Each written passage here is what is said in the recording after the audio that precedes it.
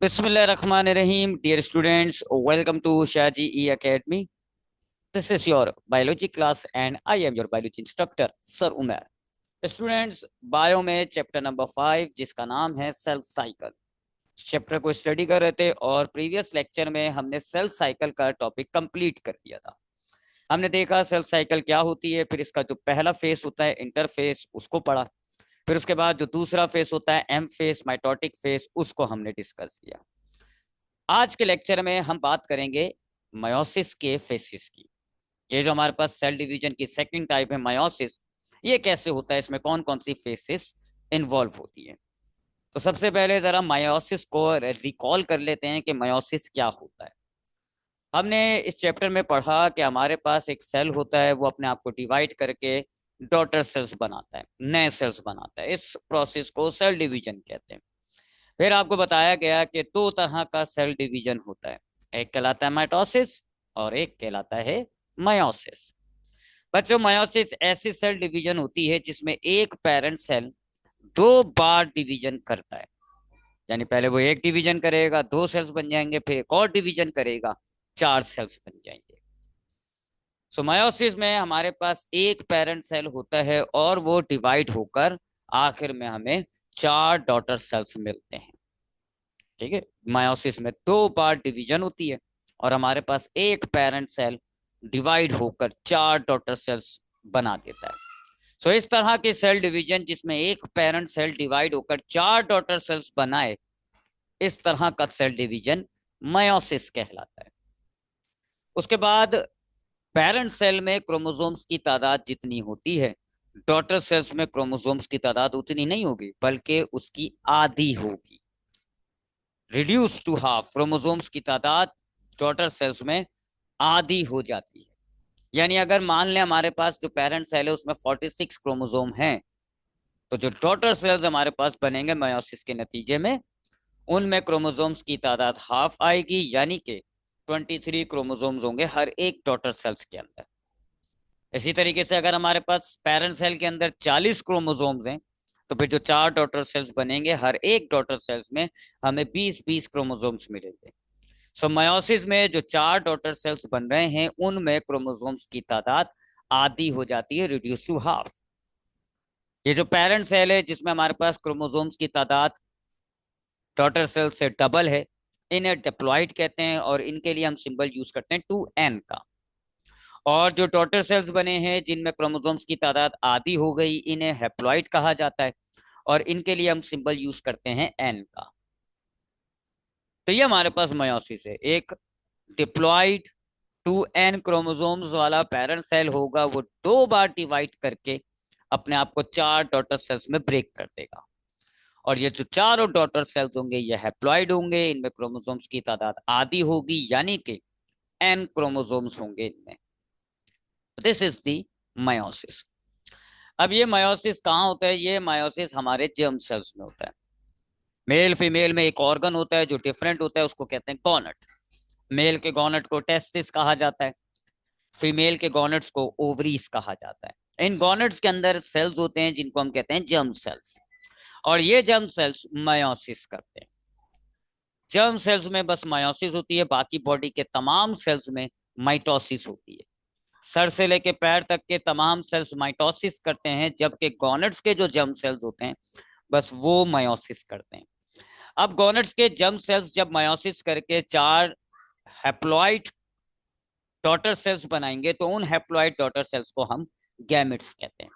इनसे फिर गैमेट्स बनते हैं। तो अब यूं हमारे पास एक मेल गैमेट बन जाता है जो मेल गॉनेट्स के जर्म सेल्स की मायोसिस से बना। एक हमारे पास फीमेल गैमेट्स हो जाते हैं जो फीमेल गॉनेट के जो जर्म सेल्स हैं उनकी मायोसिस से बने। अब ये मेल फीमेल गैमेट्स फ्यूज होकर जाइगोट बनाते हैं और ये जाइगोट डिवेलप होकर एक ऑर्गेनिज्म बनता है। यानी ये रिप्रोडक्शन हो रही है और मायोसिस रिप्रोडक्शन के अंदर इन्वॉल्व है। ये रिप्रोडक्शन होती है कि जी मेल फीमेल के गैमेट्स आपस में मिले, जाइगोट बनता है, उससे जो ऑर्गेनिज्म डेवलप हो रहा है, दिस इज द रिप्रोडक्शन। और इस रिप्रोडक्शन के अंदर मायोसिस से गैमेट्स बन रहे हैं। तो ये इसका फंक्शन होता है।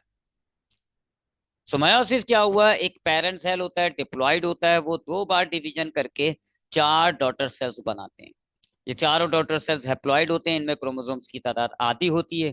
गॉनेट्स में जो जर्म सेल्स होते हैं वो मयोसिस करके गैमेट्स बनाते हैं। ये गैमेट्स हैप्लॉइड होते हैं और ये गैमेट्स रिप्रोडक्शन में इन्वॉल्व होते हैं। अब अगर हम मयोसिस को देखें कि ये मयोसिस कैसे होता है, तो ये मुख्तलिफ फेसिस में होगा। अगर एक जर्म सेल है वो मयोसिस कर रहा है, तो सबसे पहले उसमें दो हिस्से या दो फेसिस होती हैं। ठीक है, मयोसिस की फेसिस, सबसे पहले हमारे पास दो मयोसिस की फेसिस होती है। एक कहलाता है मयोसिस वन। इसमें पेरेंट सेल एक बार डिवीजन करता है, डिवाइड होता है, दो डॉटर सेल्स बन जाते हैं। फिर फौरन से दूसरी फेज शुरू होती है, उसको कहते हैं मयोसिस टू। और मयोसिस टू से फिर अब ये जो दो डॉटर सेल्स बने थे ये भी डिवाइड हो जाएंगे और अब हमारे पास चार डॉटर सेल्स आएंगे। तो मयोसिस दो फेसिस में होता है। पहला फेस कहलाता है मयोसिस वन, दूसरा फेस कहलाता है मयोसिस टू। मयोसिस वन में क्या होता है, एक पेरेंट सेल होगा, डिवाइड होकर दो डॉटर सेल्स बन जाएंगे। और फिर मयोसिस टू होगी, फौरन से हो जाती है, मयोसिस वन के बाद फौरन मयोसिस टू हो जाती है। और मयोसिस टू में अब जो दो डॉटर सेल्स थे वो डिवाइड होकर चार डॉटर सेल्स बना देते हैं। तो यूं आपके पास मयोसिस कंप्लीट हो जाएगा और आखिर में आपके पास चार डॉटर सेल्स आ जाएंगे। अब ये जो मयोसिस वन होता है ये पांच फेसिस पर मुश्तमिल होता है, पांच सब फेसिस होती हैं इसकी। पहली कहलाती है प्रोफेस वन, फिर मेटाफेस वन, फिर एनाफेस वन, फिर टीलोफेस वन, और फिर साइटोकाइनेसिस वन। ये नाम वही है, prophase, metaphase, anaphase, telophase, cytokinesis, जो हमने माइटोसिस में ये टर्म्स यूज की थी। तो जब मायोसिस वन होगा जिसमें एक सेल डिवाइड होकर दो सेल्स बन रहे हैं, तो ये मायोसिस वन पांच सब फेसिस में होता है। पहले प्रोफेस वन होती है, फिर मेटाफेस वन, फिर एनाफेस वन, फिर टीलोफेस वन, और फिर मायोसिस वन की आखिरी सब फेस होती है साइटोकाइनेसिस वन। साइटोकाइनेसिस वन के बाद अब मायोसिस का सेकंड फेज शुरू हो जाएगा, मायोसिस टू, जिसमें के दो सेल्स डिवाइड होकर चार सेल्स बनेंगे। अब ये मायोसिस टू भी पांच सब फेसिस में डिवाइड होती है। इसकी पांच सब फेसिस कौन कौन सी है, prophase two, metaphase two, anaphase two, telophase two और साइटोकाइनेसिस टू। तो ये है हमारे पास मायोसिस की फेसिस। सबसे पहले हमारे पास मायोसिस की दो बड़ी फेसिस हैं, एक कहलाता है मायोसिस वन, एक कहलाती है मायोसिस टू। मायोसिस वन में क्या होगा, एक सेल डिवाइड होकर दो डॉटर सेल्स बन जाएंगे। फिर मायोसिस टू शुरू होगी और उसमें क्या होगा, ये दो डॉटर सेल्स डिवाइड होकर चार डॉटर सेल्स बन जाएंगे। ये तो दोनों मायोसिस होती हैं, इन दोनों मायोसिस में यानी मायोसिस वन, मायोसिस टू, इन दोनों में पांच पांच सब फेसिस होती हैं, प्रोफेस, मेटाफेस, एनाफेस, टीलोफेस और साइटोकाइनेसिस। ठीक है, अब हमने इन तमाम फेसिस को देखना है। पहले मायोसिस वन पर बात होगी, उसकी पांचों फेसिस को हम डिस्कस करेंगे, फिर मायोसिस टू की बात होगी और उसके पांचों फेसिस को हम डिस्कस करेंगे। लेकिन उससे पहले आपको एक टर्म समझनी होगी, होमोलोगस क्रोमोसोम्स। क्या होते हैं होमोलोगस क्रोमोसोम, क्योंकि मायोसिस में एक प्रोसेस होगा जिसमें ये होमोलोगस क्रोमोसोम इन्वॉल्व होते हैं। सर जरा समझते हैं कि होमोलोगस क्रोमोसोम क्या होते हैं। होमोलोगस का मतलब होता है एक जैसे, यानी होमोलोगस क्रोमोसोम का मतलब हो रहा है एक जैसे क्रोमोसोम। बच्चों सेल्स के अंदर जो क्रोमोसोम्स होते हैं उनमें हर एक क्रोमोसोम जैसा एक और क्रोमोसोम्स आपको मिलेगा। जैसे हमारे पास सेल्स में कितने क्रोमोसोम्स होते हैं, 46। ह्यूमंस के हर सेल में 46 क्रोमोसोम है। अब इस 46 क्रोमोसोम में से कोई भी एक क्रोमोसोम आप लोगे तो उसी जैसा आपको 46 क्रोमोसोम में एक और मिलेगा। यानी इन 46 क्रोमोसोम में हर एक क्रोमोसोम जैसा एक और क्रोमोसोम होता है। तो यूं कह सकते हो आपके 23 क्रोमोसोम्स हैं और 23 उन जैसे क्रोमोसोम्स हैं, तो टोटल 46 हो गए। तो दो क्रोमोसोम्स आपके एक सेल के अंदर होंगे जिनका साइज, जिनका शेप, जिनके सेंट्रोमेयर की पोजीशन, जिनकी टाइप, जिनके अंदर के हेरिडिटी करेक्टर्स, जीन्स एक जैसे होते हैं। तो बिल्कुल एक जैसे क्रोमोसोम्स होमोलोगस क्रोमोसोम्स कहलाते हैं। सही। सेल्स के अंदर जो दो क्रोमोसोम्स होंगे हर क्रोमोसोम जैसा एक और क्रोमोसोम होगा, इन दोनों क्रोमोसोम्स का शेप भी एक जैसा होगा, इनका साइज भी एक जैसा होगा, इनकी टाइप भी एक जैसी होगी, इनके सेंट्रोमेयर की पोजीशन भी एक जैसी होगी, इनमें एक ही हेरिडिटी कैरेक्टर्स के जीन्स होते हैं। ऐसे दो क्रोमोसोम्स को जो एक जैसे हों उन्हें कहते हैं हम होमोलोगस क्रोमोसोम। मिसाल के तौर पे एक सेल में ये चार क्रोमोसोम्स मौजूद हैं। कोई एक सेल ले लें आप और सपोज करते हैं उसमें ये चार क्रोमोसोम है। अब इन चारों क्रोमोसोम को अगर आप गौर से देखें तो ये जो ग्रीन क्रोमोसोम है इसका जो होमोलोगस क्रोमोसोम है यानी इस जैसा जो क्रोमोसोम है वो पर्पल कलर में नजर आ रहा है आपको। और जो आपका पिंक क्रोमोसोम आपको नजर आ रहा है तो आप जरा ब्लू क्रोमोसोम को देखें, वो भी बिल्कुल पिंक क्रोमोसोम जैसा है। Same size, same shape, same position. ये दो क्या है? ये होमोलोगस क्रोमोसोम्स हैं। तो ये जो दो क्रोमोसोम का एक पेयर मैंने बनाया, ये हम कहेंगे कि ये दोनों होमोलोगस क्रोमोसोम है। इसी तरह ये दूसरा जो मैंने पेयर बनाया ये भी होमोलोगस क्रोमोसोम है। तो ये होमोलोगस क्रोमोसोम होते हैं, हर सेल के न्यूक्लियस में आपको ये होमोलोगस क्रोमोसोम्स मिल रहे होते हैं। सही, हमारे पास हमारे ह्यूमन में 46 क्रोमोसोम्स होते हैं, जिनमें से अगर हम होमोलोगस क्रोमोसोम्स के पेयर बनाए तो फिर 23 पेयर बनते हैं। हर 46 क्रोमोसोम में हर एक क्रोमोसोम जैसा एक और क्रोमोसोम होगा तो फिर उनको आप होमोलोगस क्रोमोसोम्स कहते हैं। तो ये टर्म आपको मयोसिस पढ़ने के लिए, उसकी जो फेसिस आपको पढ़नी है उसके लिए जरा ये चीज ध्यान में रखिएगा कि होमोलोगस क्रोमोसोम्स क्या होते हैं। दो एक जैसे क्रोमोसोम्स होमोलोगस क्रोमोसोम कहलाते हैं। हमारे सेल्स में हर क्रोमोसोम का एक होमोलोगस क्रोमोसोम भी होता है। ठीक है, तो हमारे पास दो एक जैसे क्रोमोसोम्स होमोलोगस क्रोमोसोम्स कहलाते हैं। अब शुरू करते हैं मायोसिस की फेसिस को। मायोसिस का जो पहला फेज, जो बड़ा पहला फेज होता है वो है मायोसिस वन, जिसकी फिर आपको पता है 5 स्टेजेस होती है: prophase one, metaphase one, anaphase one, telophase one और cytokinesis one. So meiosis one शुरू होता है जी और इसकी पहली फेज होगी प्रोफेस वन। अब मायोसिस वन में क्या होता है? एक पेरेंट सेल होगा, वो डिवाइड हो जाएगा और दो डॉटर सेल्स बनेंगे, ये होगा मायोसिस वन में। मायोसिस वन के स्टार्टिंग में हमारे पास एक पेरेंट सेल होगा, पर जब मायोसिस वन खत्म होगा तो आप देखेंगे कि एक पेरेंट सेल डिवाइड होकर दो डॉटर सेल्स बन जाएंगे। क्रोमोसोम्स की बात करें तो माइटोसिस वन में ही, सॉरी, मायोसिस वन में ही क्रोमोसोम्स की तादाद आधी हो जाती है। यानी पेरेंट सेल में अगर हमारे पास 46 क्रोमोसोम है तो मायोसिस वन के आखिर में जो दो डॉटर सेल्स बनेंगे वो हैप्लॉइड हो जाएंगे, उनमें क्रोमोसोम्स की तादाद आधी हो जाएगी। ये होता है मायोसिस वन, पहली बड़ी फेस। सो मायोसिस में दो बड़ी फेसिस होती हैं। पहली बड़ी फेस कहलाती है मायोसिस वन, जिसमें एक पेरेंट सेल डिवाइड होकर दो डॉटर सेल्स बन जाते हैं और क्रोमोसोम्स की तादाद आधी हो जाती है। इसको कहते हैं मायोसिस वन। अब ये मायोसिस वन 5 फेसिस में डिवाइड होता है: prophase, metaphase, anaphase, telophase, cytokinesis. और मायोसिस वन यानी यूं कह लें मायोसिस शुरू होने से पहले ये जो पेरेंट सेल है ये इंटरफेस कर चुका होता है। इंटरफेस के बारे में आप पढ़ चुके हैं। इंटरफेस में सेल अपने आप को ग्रो करता है, सेल का साइज बड़ा हो जाता है, उसके जो क्रोमोसोम्स होते हैं, उनके जो क्रोमेटिड्स होते हैं वो रेप्लिकेट हो जाते हैं, एंजाइम्स एनर्जी बनकर स्टोर हो चुकी होती है। लिहाजा ये जो मायोसिस वन हम शुरू कर रहे हैं इससे पहले एक इंटरफेस हो चुका होगा। सो अब ये जो हमारे पास सेल होगा पेरेंट सेल, साइज में काफी बड़ा होगा, ग्रोथ करा हुआ होगा, इसके जो क्रोमेटिड्स होंगे वो रेप्लिकेट हुए हुए होंगे और इस सेल में एंजाइम्स और एनर्जी बनकर स्टोर हुई हुई होगी। सो मायोसिस वन से पहले इंटरफेस होता है जिसमें क्रोमोसोम्स रेप्लिकेट हो चुके होते हैं और एनर्जी एंजाइम सेल्स के अंदर पहले से मौजूद होता है। तो फिर ये मायोसिस वन शुरू करता है।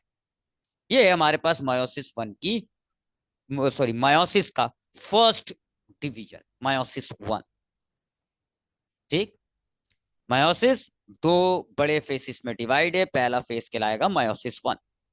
पेरेंट सेल डिवाइड होगा, इसमें दो डॉटर सेल्स बनेंगे, डॉटर सेल्स में क्रोमोसोम्स की तादाद आधी हो जाएगी और इस डिवीजन से पहले सेल्स ने इंटरफेस कर रखा होता है। सो इनके जो क्रोमोसोम्स हैं वो रेप्लिकेटेड होंगे।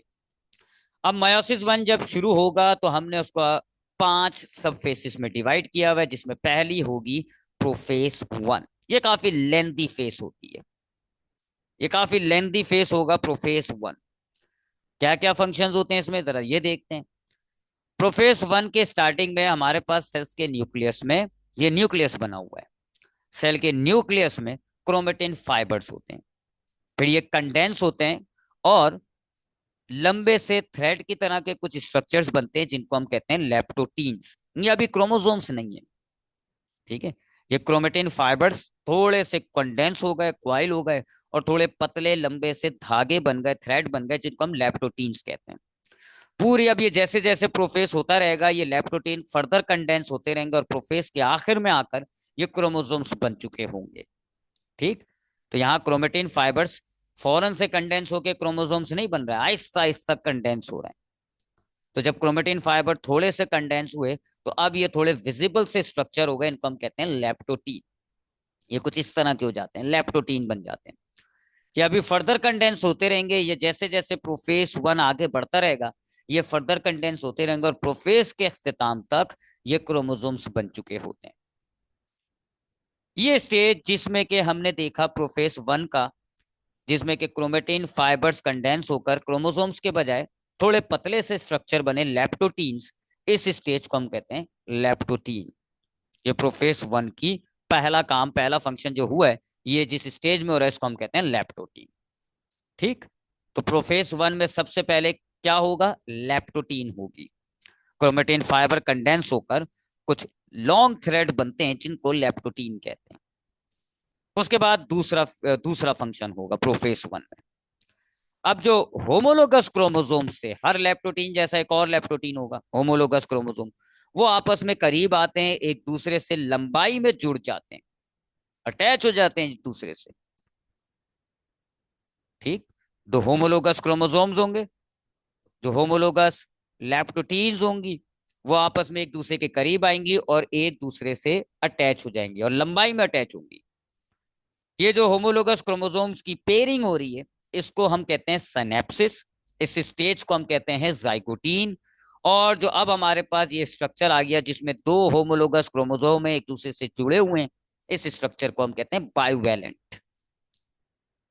तो प्रोफेस वन का पहला सब फेस था लेप्टोटीन, जिसमें क्रोमेटिन फाइबर्स लेप्टोटीन बन गए। फिर दूसरी स्टेज आई जाइगोटीन। जाइगोटीन में जो एक जैसी लेप्टोटीन थी यानी होमोलोगस लेप्टोटीन थी, वो आपस में एक दूसरे के साथ अटैच हो गई। इस स्टेज को जाइगोटीन कहते हैं। ये जो आपस में एक दूसरे से पेयर कर रही हैं इसको आप कहते हैं, इस प्रोसेस को सिनेप्सिस। और अब वो लेप्टोटीन नहीं, अब वो बायोवेलेंट कहलाते हैं। अब प्रोफेस वन की थर्ड स्टेज होती है, लेप्टोटीन जाइगोटीन के बाद थर्ड स्टेज होती है जिसको हम कहते हैं पैचिटीन।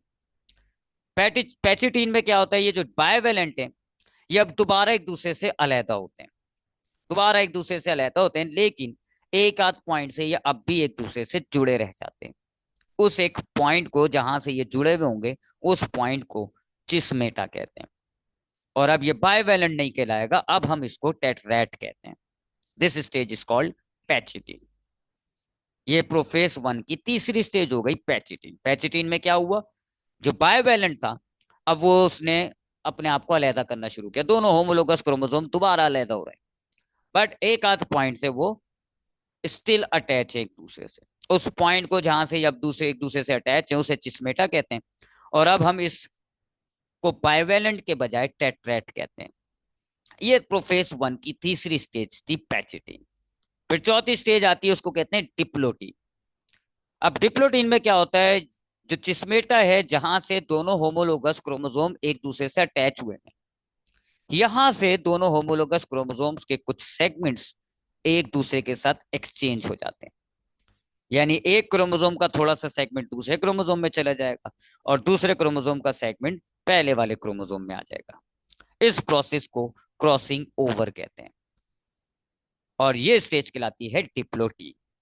फिर उसके बाद आखिरी स्टेज आती है जिसको हम कहते हैं डाइकाइनेसिस, जिसमें के ये जो लेप्टोतीन थे अब ये कंडेंस होते होते क्रोमोसोम बन चुके होते हैं।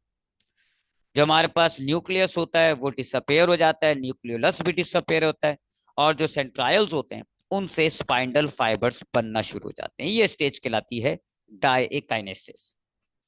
तो आपने देखा मायोसिस वन का जो पहला फेज था, सब फेज, प्रोफेज वन काफी लेंदी है, इतना लेंदी कि हमने उसको पांच फेसेस, पांच स्टेजेस में डिवाइड कर दिया। लैप्टोटीन, जाइगोटीन, पैचिटीन, डिप्लोटीन और डाइकाइनेसिस। लैप्टोटीन में क्या होता है, जो क्रोमेटिन फाइबर थे वो कंडेंस होके क्रोमोसोम के बजाय लेप्टोटीन बन जाते हैं। ये था लेप्टोटीन स्टेज। फिर जाइगोटीन में क्या होता है, जो होमोलोगस लेप्टोटीन थे वो आपस में पेयर हो जाते हैं, ये जाइगोटीन होता है। फिर पैचिटीन में क्या होता है, वो पेयर वापस अलग होते हैं, बट होमोलोगस लेप्टोटीन एक आध पॉइंट से जुड़े रह जाते हैं, ये पैचिटीन होता है। फिर डिप्लोटीन में क्या होता है, जो चिस्मेटा है वहां से क्रोमोसोम्स के सेगमेंट्स एक्सचेंज हो जाते हैं। और फिर डायकाइनेसिस में जो लेप्टोटीन है वो कंडेंस होकर क्रोमोसोम्स बन जाते हैं, न्यूक्लियस की मेम्ब्रेन डिसअपेयर हो जाती है, न्यूक्लियोलस भी डिसअपेयर होता है और स्पाइंडल फाइबर्स बनना शुरू हो जाते हैं। अब ये जो क्रॉसिंग ओवर आपने देखा, जो होमोलोगस की पेयरिंग हो रही है, ये सारे काम माइटोसिस में नहीं हुए थे। साइनेप्सिस का मतलब मैंने आपको बताया ना, साइनेप्सिस कहते हैं होमोलोगस क्रोमोसोम्स का पेयर होना। और चिस्मेटा के बाद से जो इनके सेगमेंट्स एक दूसरे के साथ एक्सचेंज हुए, इसको इसको कहते हैं क्रॉसिंग ओवर। ये दोनों प्रोसेस साइनेप्सिस और क्रॉसिंग ओवर माइटोसिस में नहीं होती। हमने प्रीवियस लेक्चर में माइटोसिस पढ़ा था, उसका प्रोफेस पढ़ा था, उसमें हमने ना देखा कि क्रॉसिंग ओवर हो रही, ना ही हमने देखा कि सिनेप्सिस हो रहा। ये दोनों काम सिनेप्सिस और क्रॉसिंग ओवर ये सिर्फ मायोसिस की प्रोफेस 1 में होंगे। तो मायोसिस 2 की प्रोफेस 2 होगी, उसमें भी ये काम नहीं होगा, ये सिर्फ इसी स्टेज में होता है, प्रोफेस 1 में। सो ये हो गया प्रोफेस 1। अब इसके बाद मेटाफेस 1 शुरू होगा। मेटाफेस 1 में क्या होगा, जो सेंट्रायल्स थे उनके जो फाइबर्स बन रहे थे वो अब होमोलोगस क्रोमोसोम के पेयर से अटैच हो जाएंगे। याद रखिएगा, होमोलोगस क्रोमोसोम्स के जोड़े बने हुए हैं, चिस्मेटा के पास से वो एक दूसरे से सेगमेंट्स तो एक्सचेंज कर जाए, क्रॉसिंग ओवर तो हो गई, बट ये पेयर की शक्ल में ही होंगे। अब हर क्रोमोसोम अपने होमोलोगस क्रोमोसोम से अटैच है। ठीक है। अब मेटाफेस 1 में क्या होता है, जो सेंट्रायल से स्पाइंडल फाइबर्स बन रहे थे वो बनते बनते ये जो होमोलोगस क्रोमोसोम्स के पेयर हैं इनसे अटैच हो जाते हैं, और ये सारे पेयर्स एक इक्वेटर की लाइन में आ जाते हैं। अब हर होमोलोगस क्रोमोसोम का जो पेयर है वो दो स्पाइंडल फाइबर से अटैच होगा, एक एक सेंट्रोइड से और दूसरा स्पाइंडल फाइबर दूसरे सेंट्रोइड से आ रहा होगा। फिर उसके बाद एनाफेस 1 होगी। अब ये स्पाइंडल फाइबर्स कॉन्ट्रैक्ट होंगे, वापस सेंट्रोइड्स में जाना शुरू होंगे, जिससे कि ये जो होमोलोगस क्रोमोसोम्स का पेयर था इस पर फोर्स लगेगी और ये पेयर ब्रेक हो जाएगा। अब होमोलोगस क्रोमोसोम का पेयर का जो एक क्रोमोसोम था वो अब ऊपर जा रहा होगा, दोनों क्रोमेटिड्स उसके ऊपर जा रहे होंगे, और एक क्रोमोसोम अपने दोनों क्रोमेटिड्स के साथ दूसरी तरफ आ रहा होगा। तो जो होमोलोगस क्रोमोसोम्स का पेयर बना था एनाफेस में वो ब्रेक हो जाता है, एक क्रोमोसोम ऊपर जा रहा है, एक क्रोमोसोम नीचे जा रहा है। ये बात नोट करें कि दोनों क्रोमेटिड्स के साथ क्रोमोसोम्स जा रहा है। ठीक है, तो अब हमने शुरू में 4 क्रोमोसोम्स लिए थे, इस डायग्राम में देखें आप 4 क्रोमोसोम्स थे, पेयर की शक्ल में है बट है तो 4, 2 रेड 2 ब्लू। और अब जरा इस डायग्राम में देखें, दो दो क्रोमोसोम्स ऊपर नीचे जा रहे हैं, तो आधे हो रहे हैं ना क्रोमोसोम। अब जो ऊपर न्यूक्लियस बनेगा उसमें 2 क्रोमोसोम्स होंगे, नीचे जो न्यूक्लियस बनेगा उसमें 2 क्रोमोसोम्स होंगे। तभी हमने कहा था कि मायोसिस 1 में जो डॉटर सेल्स बनते हैं उनमें क्रोमोसोम्स की तादाद आधी हो जाती है। हमने आज के डायग्राम में 4 क्रोमोसोम वाला सेल लिया, और अब देखें आप दो दो क्रोमोसोम्स हमारे पास जा रहे हैं, तो ये एनाफेस हो जाती है। एनाफेस के बाद टीलोफेस 1 होता है। ये स्पाइंडल फाइबर्स डिसअपेयर हो चुके होते हैं, 2 क्रोमोसोम्स आपके एक पोल की तरफ चले गए, 2 क्रोमोसोम्स अपने दूसरे पोल की तरफ आ गए। अब यहाँ आने के बाद इनके अराउंड न्यूक्लियर मेम्ब्रेन आ जाती है, इनमें न्यूक्लियोलस भी अपेयर हो जाता है, और अब ये 2 न्यूक्लियस बन जाते हैं, और इन दोनों न्यूक्लियस में अब क्रोमोसोम्स की तादाद आधी आधी हो गई। होमोलोगस क्रोमोसोम में से एक एक न्यूक्लियस में आ गया, और जो दूसरा था वो दूसरे न्यूक्लियस में चला गया। तो अब हमारे पास जो 2 डॉटर सेल न्यूक्लियस बन गए, अब इनमें क्रोमोसोम्स की तादाद आधी हो जाती है। अब साइटोप्लाज्म ब्रेक होता है, जिसको कहते हैं साइटोकाइनेसिस 1। अब ये साइटोप्लाज्म ब्रेक होगा, इसके ब्रेकिंग का जो प्रोसीजर है वो बिल्कुल माइटोसिस की तरह होता है। मेम्ब्रेन पर फर बनता है, वो ग्रो करता है, फिर ये फर आपस में अटैच होते हैं, साइटोप्लाज्म ब्रेक हो जाता है। यूं अब हमारे पास 2 डॉटर सेल्स बन गए, और इन डॉटर सेल्स में अब क्रोमोसोम्स की तादाद आधी हो गई। ये है जी मायोसिस 1। सो आपने देखा मायोसिस 1, मायोसिस 2 फेसिस में होता है, एक होता है मायोसिस 1, एक होता है मायोसिस 2। जो मायोसिस 1 है उसमें एक सेल डिवाइड होकर 2 सेल्स बनते हैं, और क्रोमोसोम्स की तादाद आधी हो जाती है। क्योंकि मयोसिस 1 से पहले इंटरफेस हो चुका होता है, लिहाजा हर क्रोमोसोम आपको सिस्टर क्रोमेटिड वाला रेप्लिकेटेड क्रोमोसोम मिलेगा। अब मयोसिस 1 में जो पहला स्टेज होता है प्रोफेस 1, वो काफी लेंदी फेस होता है। उसको हमने 5 स्टेजेस में डिवाइड किया हुआ है: लैप्टोटीन, जाइगोटीन, पैचिटीन, डिप्लोटीन और डाइकाइनेसिस। क्या क्या होता है जी इसमें? जो हमारे पास क्रोमेटिन फाइबर्स होते हैं पेरेंट सेल के न्यूक्लियस में, वो कंडेंस होकर क्रोमोसोम्स के बजाय थोड़े से पतले लैप्टोटीन बनते हैं। फिर जो होमोलोगस लैप्टोटीन होते हैं वो एक दूसरे के साथ आकर जुड़ जाते हैं, अटैच हो जाते हैं। सिनेप्सिस, सिनेप्सिस कहलाती है इनका अटैच होना। फिर ये होमोलोगस लैप्टोटीन वापिस एक दूसरे से अलहदा होते हैं, बट एक पॉइंट से जुड़े रह जाते हैं। उस पॉइंट को चिस्मेटा कहते हैं। फिर चिस्मेटा से नीचे के जो क्रोमोसोम्स के हिस्से होंगे वो ये एक दूसरे के साथ एक्सचेंज कर लेंगे। इसको कहते हैं क्रॉसिंग ओवर। और उसके बाद न्यूक्लियस की मेम्ब्रेन खत्म हो जाती है, स्पाइंडल फाइबर्स बनने लग जाते हैं। ये हो गई जी आखिरी स्टेज, प्रोफेस 1 कंप्लीट हो गया। फिर मेटाफेज में स्पाइंडल फाइबर्स होमोलोगस लैप्टोटी होमोलोगस क्रोमोसोम का जो पेयर है उनसे अटैच होते हैं। एनाफेज में ये स्पाइंडल फाइबर्स कॉन्ट्रैक्ट होते हैं, जिससे होमोलोगस क्रोमोसोम्स का पेयर ब्रेक होता है और इसमें से एक क्रोमोसोम एक पोल की तरफ जाने लग जाता है, दूसरा क्रोमोसोम दूसरे पोल की तरफ। तो यूं दो क्रोमोसोम्स अलहदा हो गए, एक एक तरफ जा रहा है, एक एक तरफ जा रहा है। क्रोमोसोम्स आधे हो रहे हैं जी, दो क्रोमोसोम्स जुड़े हुए थे, अलहदा हो गए, एक एक तरफ जा रहा है, एक एक तरफ जा रहा है। फिर ये स्पाइंडल फाइबर डिसअपेयर होते हैं और क्रोमोसोम्स के अराउंड न्यूक्लियर मेम्ब्रेन आ जाती है, और इसमें फिर हमारे पास ये टीलोफेस होता है और दो न्यूक्लियस बन जाते हैं, और इन न्यूक्लियस में क्रोमोसोम्स की तादाद आधी हो जाती है। फिर उसके बाद साइटोकाइनेसिस 1 होता है, जिसमें साइटोप्लाज्म ब्रेक हो जाएगा। तो यहाँ मायोसिस 1 खत्म हो जाएगी और उसके बाद हमारे पास दो सेल्स बन जाएंगे। रिमेंबर, अब इन दो सेल्स में क्रोमोसोम्स की तादाद आधी हो गई है, और ये दोनों सेल्स में जो क्रोमोसोम्स है वो रेप्लिकेटेड क्रोमोसोम है, यानी दो दो क्रोमेटिड्स वाले क्रोमोसोम्स हैं। अब मायोसिस 2, जो मायोसिस का सेकंड लार्जेस्ट फेस, यानी कि जो दूसरी बड़ी फेस है मायोसिस 2, उसको इंशाल्लाह नेक्स्ट लेक्चर में डिस्कस करेंगे। अपना ख्याल रखिएगा। अल्लाह हाफिज।